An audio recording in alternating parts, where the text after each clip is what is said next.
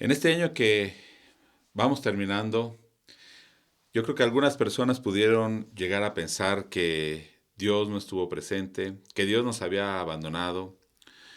Una pandemia de esta magnitud, nosotros no la habíamos vivido años atrás, sí se habían vivido situaciones parecidas, pero no nosotros en esta generación y con estas condiciones en las que ahora estamos viviendo. No nos parece lógico lo que está pasando y preguntamos, ¿dónde está Dios? ¿Será que Dios está permitiendo todo esto? O tal vez se salió de control, se le salió de control a Dios, pero no. Dios tiene el control. Cuando vemos la situación en la que vivimos, gobiernos corruptos, no solo en México, en la mayoría de los países, gobiernos corruptos, sistemas de justicia que son injustos, y en medio de este caos, ¿dónde está Dios? Y vamos a meditar en esta hora en el libro de Daniel, viendo un resumen de los puntos más importantes que que el libro de Daniel nos quiere enseñar. Y le invito a que oremos para que Dios hable a nuestras vidas.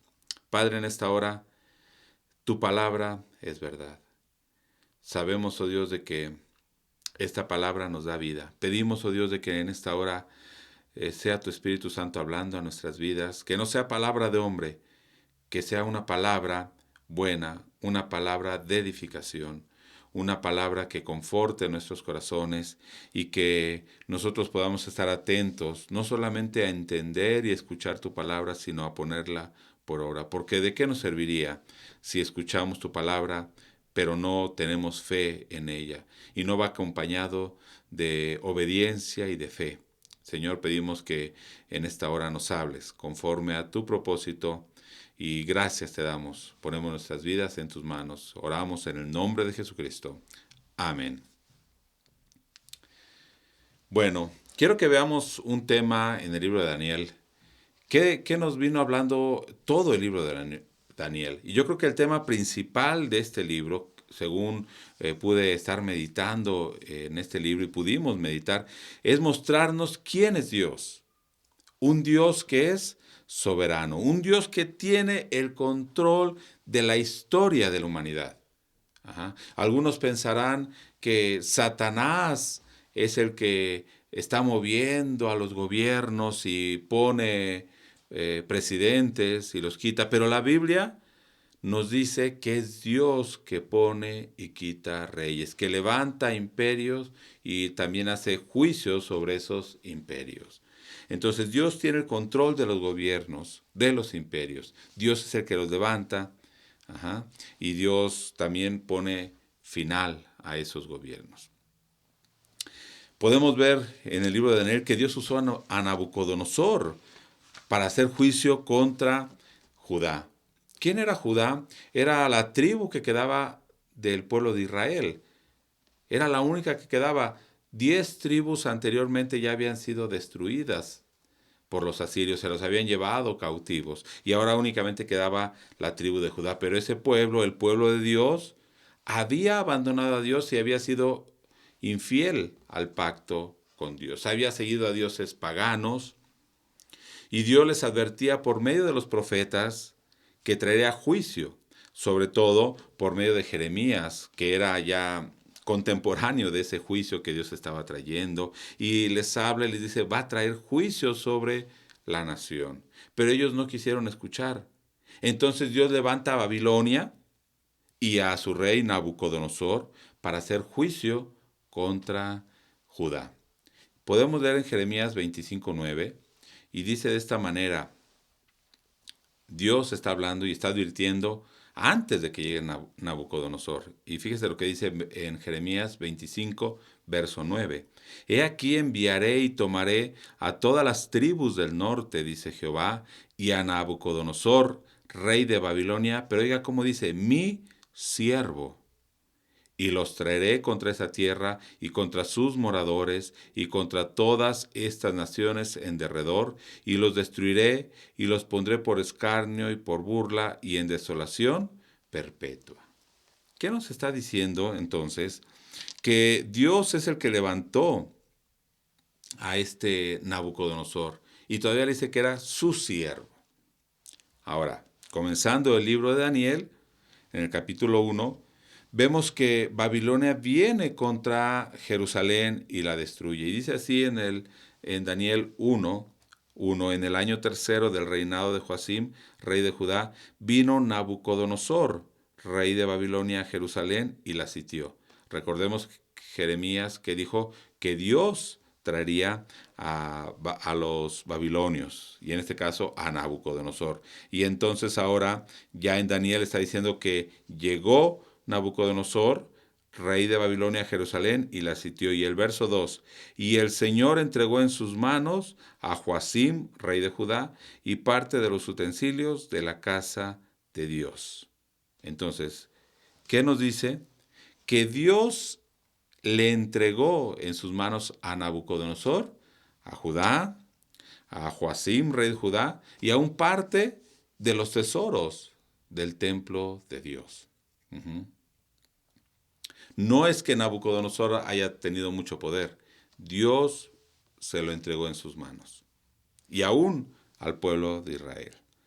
Pero bueno, voy a ir leyendo algunos versos y voy a ir, algunos tal vez no los podamos leer todo, pero voy a ir leyendo algunos versos a lo largo de Daniel y va a ir viendo que en cada capítulo lo que enfatiza es que Dios es el que tiene el control, Dios es el rey. ¿Y quiere decir que Dios es soberano, que no hay nadie que esté sobre él, que no hay nadie que le diga, haz esto, haz aquello? No, él hace según su voluntad. Dice el capítulo 2, verso 20. Recordemos que en el capítulo 2, Nabucodonosor tiene una visión de una estatua grande, que esa estatua estaba representando los imperios humanos que se levantarían desde Babilonia, seguido por los medos y persas. Después vendría Grecia y finalmente vendría Roma. Y Dios le da la interpretación a Daniel. Y voy a leer en Nueva Traducción Viviente, en el capítulo 2, verso 20 en adelante, dice, y dijo, esto está diciendo Daniel cuando recibió la revelación, y dijo, alabado sea el nombre de Dios por siempre y para siempre, porque a Él pertenece toda la sabiduría y todo el poder. ¿A quién pertenece, hermano, la sabiduría y el poder? A Dios. Y fíjese el verso 21, Él controla el curso de los sucesos del mundo. No es Satanás que controla el curso de lo que está pasando en el mundo. Es Dios que controla el curso de los sucesos del mundo. Él quita reyes y pone otros reyes, nos dice la Biblia. Él da sabiduría a los sabios. Aquellas personas que se creen muy sabias, muy científicas y que por conocer un poquito que quieren quitar a Dios de la creación. Y dicen, Dios no existe, por conocer un poquito. Pero aún Dios les ha dado esta sabiduría y el conocimiento a los estudiosos.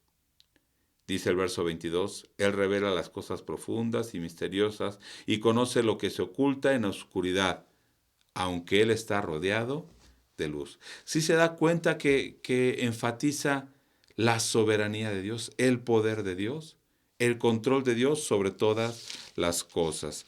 En este mismo capítulo, después de que Nabucodonosor se le da a conocer lo que significaba su sueño, ¿qué es lo que dijo Nabucodonosor acerca de Dios? En el verso 47 dice Nabucodonosor, el rey habló a Daniel y dijo, ciertamente el Dios vuestro, fíjese lo que dijo Nabucodonosor, el Dios vuestro es Dios de dioses y Señor de los reyes, y el que revela los misterios, pues pudiste revelar este misterio. Pero sí se da cuenta lo que reconoció Nabucodonosor.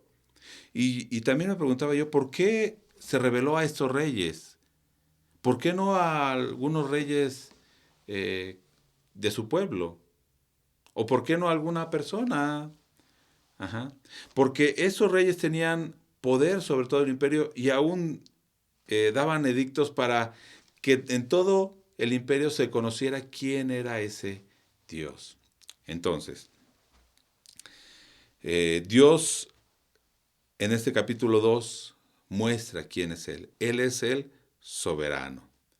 Y en este capítulo 2, después de esos imperios que vendrían, Dios también muestra que Él levantaría un reino eterno que no tendría fin. Y lo va a ir hablando durante todo el libro de Daniel. Bueno, en el capítulo 3, después Nabucodonosor construye una estatua y mandó que todos lo adoraran. Y cuando Sadrach, Mesach y Abednego, o más bien dicho, Ananías, Misael y Azarías, escucharon este dicto de que todos deberían adorar esa imagen, ¿qué hicieron? No quisieron adorar a esa imagen. Estos jóvenes eran amigos de Daniel y fueron echados al horno de fuego. Pero Dios los libró. Dios los libró de ese horno de fuego. Ese era el castigo. El que no adore esta imagen será echado en el horno de fuego. Pero ¿cuál fue la declaración de Nabucodonosor después de que vio que Dios los libró y que el horno de fuego no les hizo nada? En el 3:29 al final dice, no hay Dios que pueda librar como este Dios. Uh-huh. Ahora en el capítulo 4, también Nabucodonosor nuevamente, después de que se volvió loco Nabucodonosor, y reconoce a Dios, hace estas declaraciones en el verso 3, capítulo 4, verso 3. Cuán grandes son sus señales y cuán potentes sus maravillas. Su reino sempiterno, y su señorío de generación en generación. Nabucodonosor reconoce que Dios tiene un reino eterno, y sempiterno quiere decir no únicamente eterno de aquí en adelante, sino eterno en el pasado, un reino presente y un reino futuro eterno. Uh-huh. Y Nabucodonosor reconoce esto. Y en el verso 34 de ese mismo capítulo, en Nueva Traducción Viviente, dice, cuando se cumplió el tiempo, yo, Nabucodonosor, levanté los ojos al cielo, recuperé la razón y alabé y adoré al Altísimo, y di honra a aquel que vive para siempre. Y fíjese cómo termina diciendo, su dominio es perpetuo y eterno es su reino. Todos los hombres de la tierra no son nada comparados con él.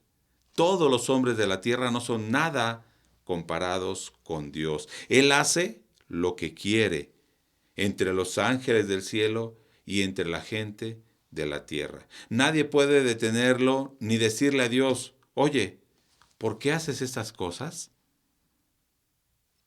El Señor cumple su voluntad y su propósito, a pesar de que el hombre se oponga a él. Finalmente, Dios cumplirá su propósito. De hecho, ya en el capítulo 5, voy muy rápido para que veamos un panorama general. En el capítulo 5, ahora el nieto de Nabucodonosor, Belsasar, ve una mano escribiendo en la pared. Y en el verso 25 al 28, Daniel nuevamente interpreta esa escritura, y la escritura que trazó, dice la Biblia, es Mene, Mene, Tekel, Uparsin. Y esta es la interpretación del asunto, Mene. Fíjese cómo Dios es el que está pesando los gobiernos de la tierra. Dice, contó Dios tu reino y le ha puesto fin. Dios estableció el fin de este reino. Y este fin de este imperio de Babilonia ya lo había dicho en el capítulo 2. Vendrían los medos persas y conquistarían Babilonia. Contó Dios tu reino y le ha puesto fin. Tekel, pesado ha sido en balanza y fuiste hallado falto. Dios pesó el gobierno de Babilonia y no dio el peso correcto. Ajá. Pérez, tu reino ha sido roto y dado a los medos y a los persas. Esa era la interpretación. Pero esto, ¿quién lo estaba diciendo? Dios estaba dando este mensaje. ¿Quién contó el reino? ¿Quién le puso fin a ese reino de Babilonia? Dios. ¿Y quién trajo ahora a los medos persas? Dios. Ahora, ya en el capítulo 6, ya estamos hablando de Darío. el Medo, también quiere hacer algo, que todos oren a él en lugar, y que no puedan orar a ningún Dios, solamente a él. Cuando Daniel escuchó esto, él siguió orando al Dios verdadero. Pero ya al final, cuando Daniel es echado al foso de los leones y Dios lo libra del foso de los leones, dice en el verso 26, lo que Darío reconoció. Fíjese que todas estas declaraciones las van diciendo reyes paganos. Reyes Nabucodonosor, Belsasar, ahora Darío. Fíjese en el verso 26, de parte mía es puesta esta orden, que en todo el dominio de mi reino todos teman y tiemblen ante la presencia del Dios de Daniel, porque Él es el Dios viviente y permanece por todos los siglos, y su reino no será jamás destruido, y su dominio perdurará hasta el fin. Él salva y libra, y hace señales y maravillas en el cielo y en la tierra. Él ha librado a Daniel del poder de los leones. ¿Qué reconoció Darío? Dios es el único Dios vivo y Él permanece por los siglos. No es un Dios de madera, no es un Dios de piedra, no es un Dios de oro, que se destruyen todos esos con el paso del tiempo. El Dios de Daniel es un Dios vivo que permanece por siempre y jamás, su reino jamás será destruido. Un reino perpetuo. Ok, ahora en el capítulo 7 voy a hacer otra aclaración aquí en el capítulo 7. Yo creo que el capítulo 7 es el cumplimiento, el centro del establecimiento del reino de Dios en plenitud. En el capítulo 7, versos 13 y 14, Daniel tiene una visión y ve, dice, al anciano de días. Y dice, miraba yo en la visión de la noche, y aquí con las nubes del cielo venía uno como un hijo de hombre, que vino hasta el anciano de días y le hicieron acercarse delante de él. El anciano de días es Dios Padre, el Hijo del Hombre, Jesucristo, que se acerca delante de Dios Padre. Y dice en el verso 14, y le fue dado dominio, gloria y reino, para que todos los pueblos, naciones y lenguas le sirvieran. Su dominio es dominio eterno que nunca pasará, y su reino uno que no será destruido. Hermanos, en esta tierra van a pasar gobiernos, reinos, imperios, y todos van cayendo. Dios establece un tiempo y les pone fin. Ahorita podemos ver potencias mundiales que hace 100 años no estaban, pero dentro de 200 años o dentro de 100 años no estarán y serán otros. Dios quita el poder a los gobiernos humanos. En este capítulo 7 nos muestra eso y pone a su reino y le da toda la autoridad al Hijo del Hombre, a Jesucristo. Y esto es lo que nos va a decir del capítulo 8 también al 11. Va a hablar de estos imperios humanos y va a dar más detalles de estos imperios, los medos, los persas, los griegos, y situaciones muy detalladas nos va diciendo en el capítulo 11. Y Daniel estaba profetizando todo esto antes de que sucediera. Ahora, si usted piensa que Daniel está profetizando todo esto, no sé, 200 años antes de que pasara, ¿qué quiere decir? Que Dios lo estaba permitiendo y Dios estaba, era el propósito de Dios que todo esto aconteciera. En el 10:1 dice Daniel, en el año tercero de Ciro, rey de Persia, fue revelada palabra a Daniel llamado Belsasar, y la palabra, esto me gusta mucho, era verdadera y el conflicto grande. Pero él comprendió la palabra y tuvo inteligencia en la visión. La palabra, la profecía, la visión que Dios le estaba dando a Daniel es verdadera. La palabra que tenemos, hermano, es verdadera. Y aunque el conflicto, dice aquí, es grande, o sea, la tribulación que vendría sobre el pueblo de Israel era grande, Dios lo estaba permitiendo. Entonces tenemos la certeza de que Dios cumplirá su propósito en nosotros. ¿Por qué? Porque Dios ha venido cumpliendo su palabra, su propósito. Ahora, Este es el primer punto. Voy a hablar 2 puntos más, pero van a ser más concretos. El siguiente punto que quiero enfatizar es que en este libro de Daniel, ¿qué es lo que intentaba hacer el mundo con el pueblo de Dios? El mundo quería dominar al pueblo de Dios y quería imponer su forma. Estos imperios humanos quisieron dominar al pueblo de Dios e imponer sus costumbres, su religión, su manera de pensar, su manera de actuar. Quería que adoraran a sus dioses. Recordemos el capítulo 1 cuando Daniel y sus amigos llegan, Ananías, Misael, Azarías y Daniel llegan. ¿Qué es lo que quisieron hacer con ellos? Lo primero que hicieron, les cambiaron el nombre para que perdieran su identidad. Y les ponen nombres que tenían que ver con los dioses paganos de Babilonia. Quieren borrar su identidad como pueblo de Dios. Pero en el capítulo 3, ya lo vimos también, ¿qué es lo que quisieron hacer?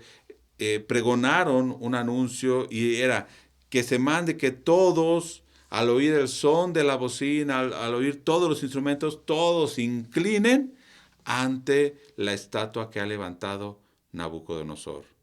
En el capítulo 6, Darío, también lo mismo, todos los gobernadores se unieron, magistrados, sátrapas, príncipes, etcétera, y que decían que todos oren a Darío, y el que no, sea echado en el foso de los leones. O sea, el mundo quiere imponer su forma de pensar, quiere que adoremos a sus dioses.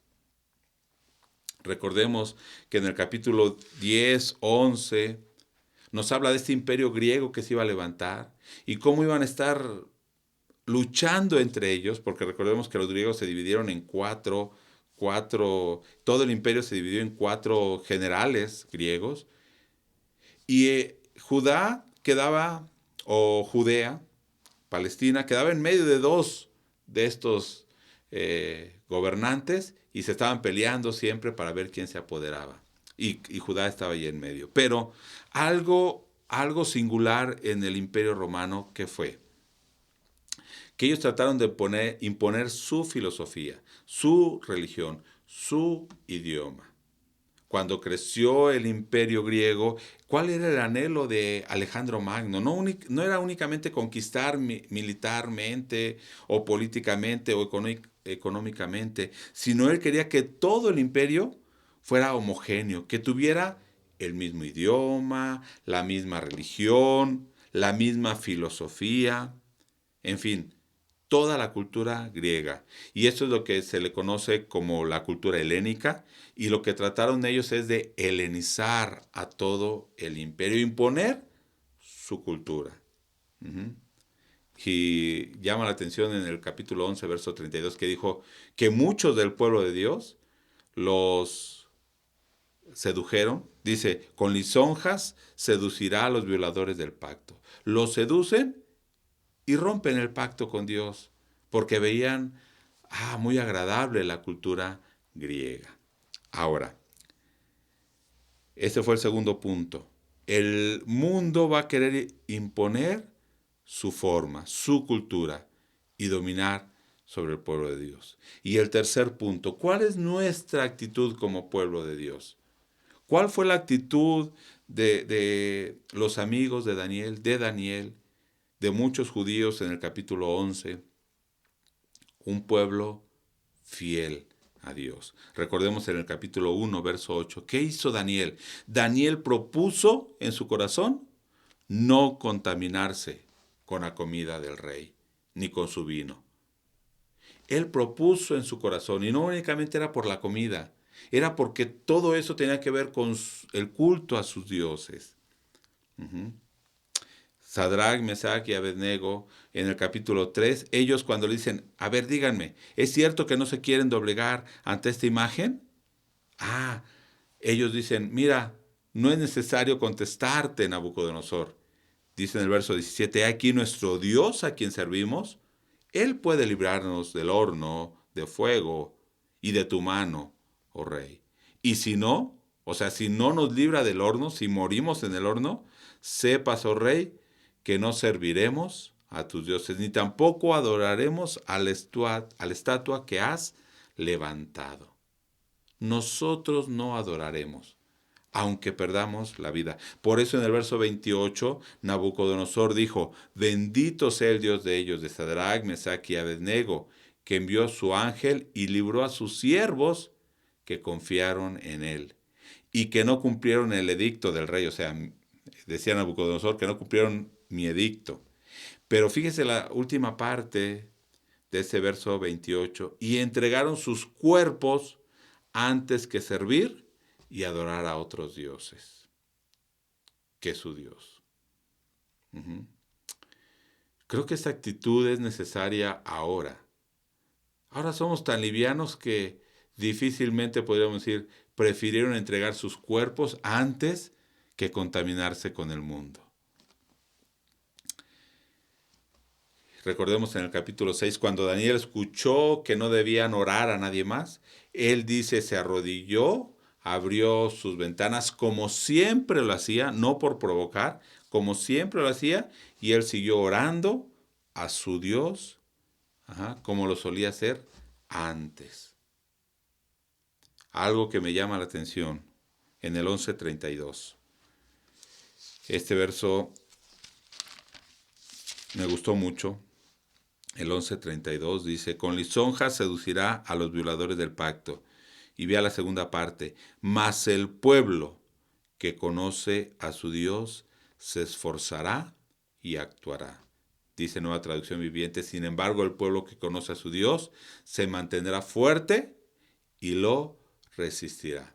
El mundo va a querer imponerse, pero los que conocen a Dios, los que conocemos a Dios, debemos esforzarnos y no quedarnos con los brazos cruzados. Dice aquí, se esforzará y actuará. Hermano, entonces, cuando vemos esta situación en la que estamos, violencia, gobiernos corruptos, pandemia, ¿qué pensamos? ¿Se salió de control? ¿A Dios las cosas? No, de ninguna manera. Dios está permitiendo esta situación que estamos viviendo.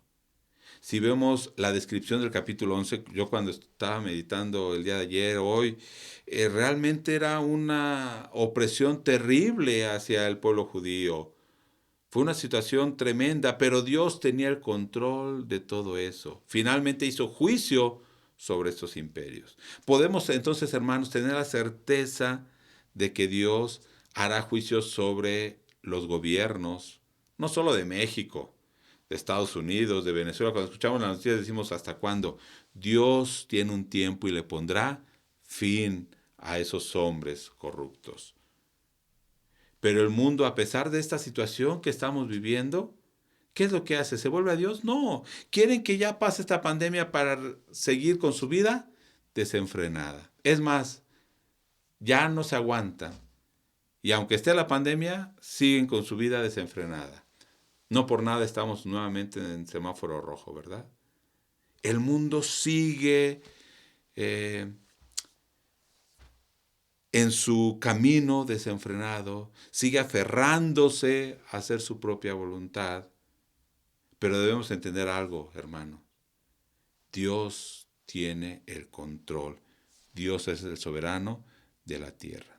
El mundo quiere imponer su cultura de una y de otra manera, su forma de pensar, su filosofía. Quiere que aceptemos la ideología de género como algo muy natural. Quieren prohibirnos hablar contra estas filosofías en Facebook y YouTube. Usted sabe que muchas personas han subido cosas y borran los videos porque hablan en contra de eso. Ellos hablan de la libertad de expresión y de la tolerancia, pero no toleran la palabra de Dios. Hablan de libertad y censuran cuando hablamos la palabra de Dios y cuando no está de acuerdo a su forma de pensar. Quieren que aceptemos el materialismo, la ideología de género, la autosatisfacción, la autosuperación como algo bueno. Quieren que aceptemos la doctrina de la prosperidad como algo bíblico. Pensamientos y filosofías paganas. Quieren que aceptemos el pecado como algo normal. Pero no. ¿Cuál debe ser la actitud del pueblo de Dios? Fiel al pacto con Dios. Hermanos, no somos deudores a la carne. No somos deudores a este mundo para que tratemos de satisfacer los deseos de la carne o tratemos de satisfacer a este mundo. Debemos proponer en nuestro corazón como Daniel, no contaminarnos.